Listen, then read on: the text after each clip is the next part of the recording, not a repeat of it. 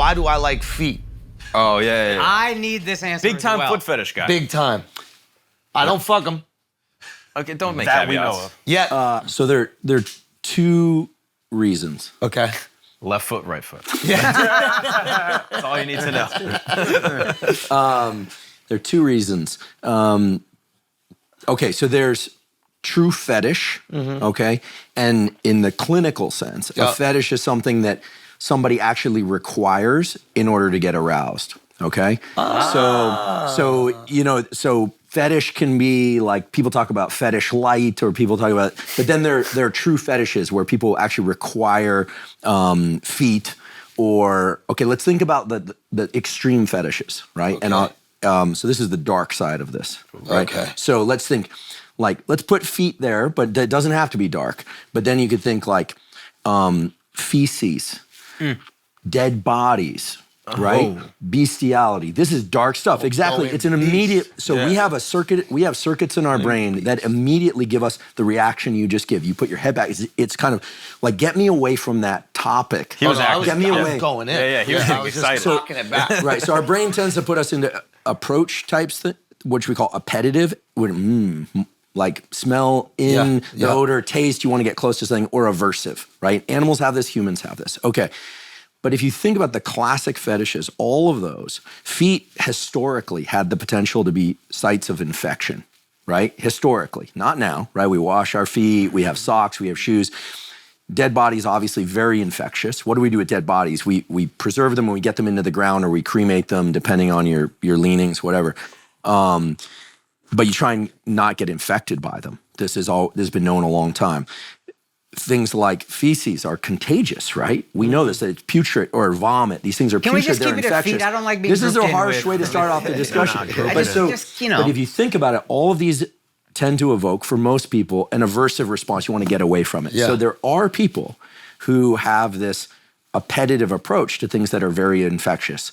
And a lot of the fetishes that at their extreme reflect a kind of, I don't want to say miswiring, but a flip in what normally happens, right? When you see vomit, you don't go, I'm gonna take a sniff of that. But when you smell fresh baked cookies, you're like, I'm gonna take a smell, I'm gonna bring in. That's how I feel about feet. Exactly. and Okay. cookies. Yeah. Okay. So Feet are like cookies. So the wanna thing here gobble 'em up, is people don't develop fetishes to like water bottles or to tables or to light posts. It's there's no always aversion. to things that, so there's this kind of edginess of, it's like they're sort of dancing between aversive and appetitive, and that's what makes it edgy. Leather is another fetish, right? And this has to do with like animal hides. People think, now a lot of this is speculation because we don't really know how all of this evolved. But okay, so that's extreme fetishes. But then there are people who have like, they like a nice, clean, beautiful foot. Yo, the way you said that, right? Exactly. Did you see me go appetitive or whatever that was? Or the nice, or the contour. I leaned in. Or the contour. Describe that shit. Or the Contour is contour. arch, yeah. The contour, right? His corduroys are short Right. now. Or like the contour. Or you think about like for some people, they like toes, or they like or they will like leather is like a turn on to them, right? Or a lot of what we think of as appetitive kind of sexual arousal type things are right at that edge. Like, everybody knows or should know, right? Yeah. I think it's well known that like a little bit of leg, like a little hint, like what's the slit up the side of the skirt? It's a hint, right? It's not, it's very different than less clothing overall. It's a hint at what's there. And the way the nervous system works is through contrast. You only see light objects through dark objects and so on. So this like playing of this sort of playing of things that are sneakers where you see each one of the toes. It's like, that's a hint. Exactly, it's the hint, right? So now we're into the realm of sort of like me with those teeth, things. exactly. And sometimes on the subway, they'll like wiggle them like that. I'm like, you better stop that. Right. So if you look historically at clothing, you can think of like Victorian era clothing or like the high collar, everything covered, just the face, the pasty face. Or you think about like if you watch that show Mad Men, or when there are these lines in there where they're like shorts are getting skirter, skirts are getting shorter. Excuse me. That's my Lex Dixia coming back. What you can imagine that during the 60s in particular and in the 70s, like clothing was moving from less and less of a hint and more of a reveal. Nowadays, we are living in a time where there is a lot of reveal, right? I mean, it's pretty incredible. right? How much clothing has evolved. Yeah. But so I do want to just frame up that there's like classic fetish that can actually be a clinical issue because people can't get aroused without exposing themselves to dangerous infection, right? That's sort of the extreme. But then there's this kind of subtle playing of hints and hinting and suggestion Is it like a and tease, miswiring, like right? counterintuitive to like Darwinism and evolution and all that? So no one really knows. I mean, Like the thing like I we're would say gay is, for listen, feet? I wasn't consulted the design phase for any of this, so like I don't know. Right. But there does seem to be, the human mating dance, right, is a very complicated thing, right? Yeah, fire, though. It's a complicated dance between.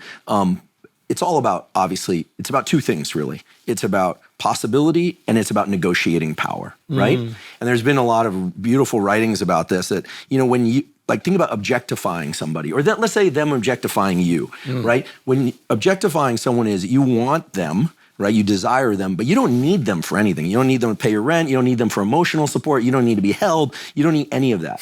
The closer you get to somebody and you form a real emotional bond, the harder it is to objectify them. They're no longer just an object. You're no longer just an object to them. So the human mating dance is one of, at first, objectification. Yeah. Anyone who argues different is probably not of our species. And then slowly over time, less and less objectification and more emotional dependence. But don't you think that you still need to objectify a little? So absolutely, in all of the For them. literature, like the person who's most commonly I like being so- objectified too a little bit. Yeah, and I think some people do and some people don't. I think that there's a great book. It's got a terrible title, in my opinion, but the book is called Can Love Last? It's written by a very serious psychologist that talks about this, that sexual attraction is the thing of objectification. But then as you enter into a relationship, you lose that. And so a lot of times people will have affairs. People will start looking at pornography excessively instead of their person. So a lot of they give a really incredible example of how relationships can continue a long periods of time with a lot of excitement, like sexual excitement, but also healthy attachment by cycling in and out of objectification, attachment, objectification, attachment. It's tricky, right? Because everyone loves when you get to the point of a relationship where you just hang out, you just watch movies and stuff. But then, if you're not actually objectifying each other every once in a while, you need to. It can go really flat. 100%. And then we always hear like, after 20 years, they're no longer together. Or you see celebrity couples where one or both are like super attractive and you're like, he cheated on her? Yeah. Well, how could that possibly be? It's because the world objectified her, but at some point they hit the kind of best friends mode, And I think how do you stop that? Well, there's a chemical version to all this that has to do with kids, and there are really cool data on this in humans. There's a hormone called prolactin. It's involved in milk letdown for nursing. When mothers nurse, but it's also released in men and women when they have kids, and it literally suppresses sexual desire and emphasizes laying down of body fat, making you more still. It's all there to direct your energy towards raising So the dad children. bod is like the dad bod is a thing. physiological thing. I did that before I had kids. But and it happens before. It's I'm nesting. What people, you see this in birds, you see this in humans. What people think is that it's laying down of fat stores in order to anticipate the long nights of no sleep. And when you got to prioritize, listen, our species is fundamentally about making more of ourselves and protecting our young. Right? And food. And food. I said feet. But I use thought you them said interchangeably. Food. Okay. So if you say and feet. So it's interesting. Also, to thoroughly answer your foot question. Yeah. If I were to look at the representation of your body surface in your brain, what that means is in your brain, you have a map of your body surface. There are certain areas on your body that you have very little sensitivity. We measure this by two-point discrimination, it's called. So what I do is I take two fingers and I'd poke them against the middle of your back with you looking in the other direction. I'm behind you, poke like this. I'd say, how many places am I touching you? You'd say 2. But if I move them this far apart, you'd say 1. Why? Because it's like you don't have many pixels back there. Okay. But if I do that on your hand, right, you have very high 2-point discrimination. 2 pins right next to each other, you say those are 2 points. What does this mean? In your brain, you have a lot more representation of certain areas of your body. Which areas of your body? Fingertips, lips, face, feet, and genitals. And the representation of the feet and the genitals in males and females is right next to each other in the brain. Some people, there's a guy at UC San Diego whose last name is Ramachandran. His first name is even harder to pronounce, so I'm not even gonna try. And what he showed, was that people who have a foot amputated, they have a phantom foot. They sort of think it's still there. And when they experience orgasm, oftentimes they will experience it in their phantom foot. So a lot of people, part of the orgasm response is a curling back of the toes and a bunch of other things. Curling back? Yeah, curling back of the toes. What about forward? Oh, that means something's really, is that what happens to you? No, I'm just kidding. No, I'm just kidding. Bro, curling toes. Bro. Oh no, right before you go. Right. If you're getting crazy head. I honestly haven't, I might have this backwards, but if I do, I apologize. I don't think I've ever been like that. Maybe you're backwards when you're coming. Which way are you facing? Yeah, I think I'm facing. Well, are you on all fours? I think it's curl the toes is what you always curl hear. the toes. It depends if you're northern or southern hemisphere. Yeah, if you're in Australia. It's like the toilet bowl, like twirling the other way. Wait a minute, hold on. Do you spread your toes when you orgasm? Hold on, let me think about coming. Yeah. Chill. I think sometimes I go out. You go out? Sometimes. Yeah, I think it varies. Wow. Depending on how good the head is. Yeah. So there's a high. I may have it wrong. I may have it wrong. I'm sure He's the like, I should have never sat down with these guys. I'm sure the internet. I'm an intellectual. I'm sure I teach at one of the finest universities in the world. We're talking about toe curling with orgasms. Well, what's interesting is early on in my career, I studied sex differentiation and sexual behavior, and it's fundamental, right? We're all here because some sperm. I did. I really did. We went to the same university. We went to the same university. This is almost like an alumni podcast. Bro, for real. What was the most popular street? Del Playa. And short for? DP. You know what I'm saying? Hey. I didn't live on DP. You didn't? No, but I was there in the era. You partied there. I was there in the era where people pushed houses off of cliffs on DP. Yeah. It was crazy. I mean, and then a bunch of darkness happened later after I left, right? The mass shootings and stuff. But after I left too. Oh, that was after you left? Yeah. That town is an interesting mix of high and low. For everybody who doesn't know, it's 1 square mile that's located directly next to the school, and all the kids live there, and nobody but kids lives there, and it's absolute debauchery. It is. I mean, it was crazy. During we had a storm that clogged all the storm drains, and people just bought rafts and were literally like gondoling down and just the amount of alcohol consumed there is insane. There are no adults. There's just no adults. Yeah. It's a wild place. So your feet are very sensitive. Yeah. Your genitals are very sensitive. Yeah. Your lips are very sensitive. And so these so-called erogenous zones are really just high sensitivity zones. So I'm normal, in other words. Yeah, I don't know about that. As long as you don't need feet. Are they weird that they don't like feet? I think y'all are the weird ones. Well, what do we do with people that like feet, and why should we lobotomize them? Let him answer. He said we're normal. So that's what I heard. Well, there's this idea of an arousal template, right? Like people have an array of things that to them are arousing. And for some people, that arousal template is very narrow and very specific. Yeah.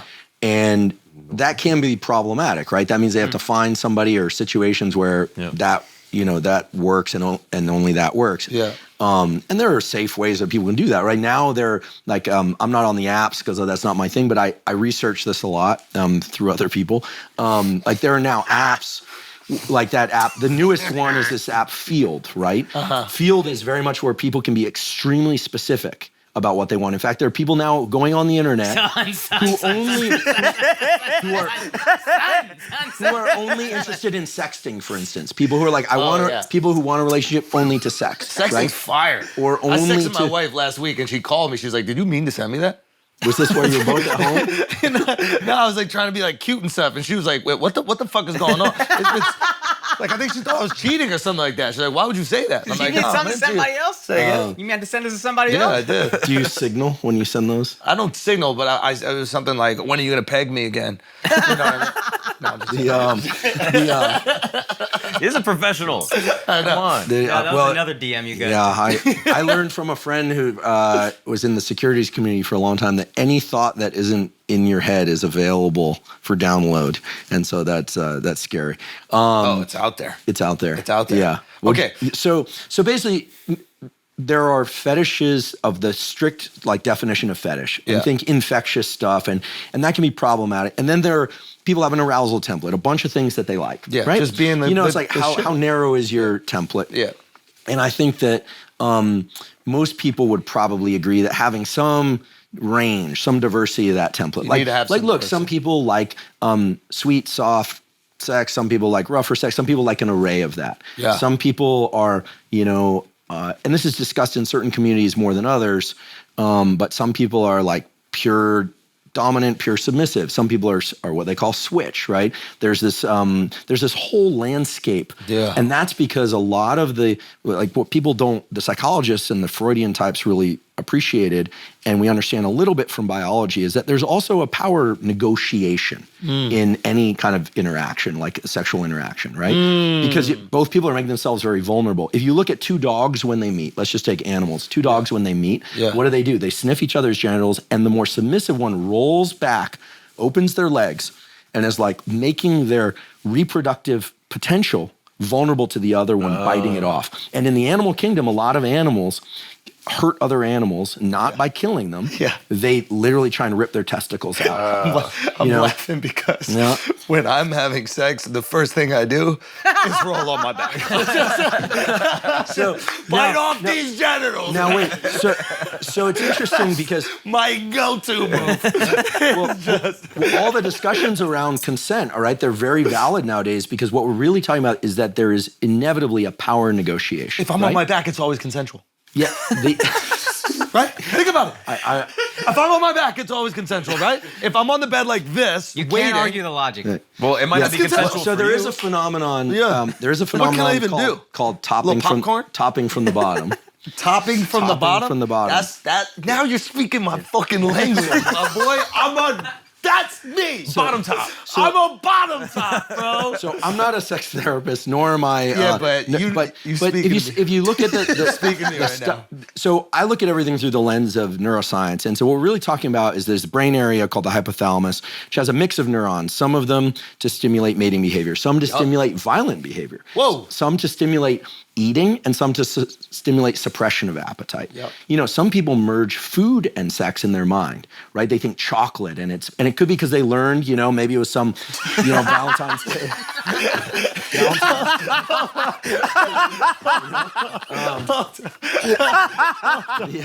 Valentine's Day every day with Alex Media. Or chocolate covered banana. Come on. I'm just saying, they merge it. They merge it, bro. They merge it. What was that? They're coming for that chocolate. There was this movie, things have changed now, but there was a movie in I think it was the 80s or the 90s, right? I think it was it like 9.5 Weeks with Mickey Rourke before his face was all, and there was a scene, I think, where he was like feeding her, right? And then it led into sex. And that was considered one of the raciest scenes, like the most provocative scenes, just sort of like the Basic Instinct thing, the leg cross, uncross thing. Like that's like nothing in terms of... that shit is still something. Because Rewatch it. decency standards have changed, right? Oh, yeah, you're saying now you could get away with that. But back then... Now that's like, I'm sure you could find that as a clip on YouTube, right? Yeah. Which is, then you had to get into the rated R movie. It was a big deal. People were nuts. talking about it. Yeah. I mean, you just remember these kind of moments in movies, and things have changed a lot. I could smell her through the screen. Wait, you went to 4D? Mm-hmm. Oh, that's amazing. Yeah, when she's No, that's just how big his nose is. Yo, this clip was brought to you by Rocket Money, formerly Truebill. To save more and spend less, join the 3.4 million members using Rocket Money at rocketmoney.com/flagrant to get started for free. That's rocketmoney.com/flagrant to get started for free.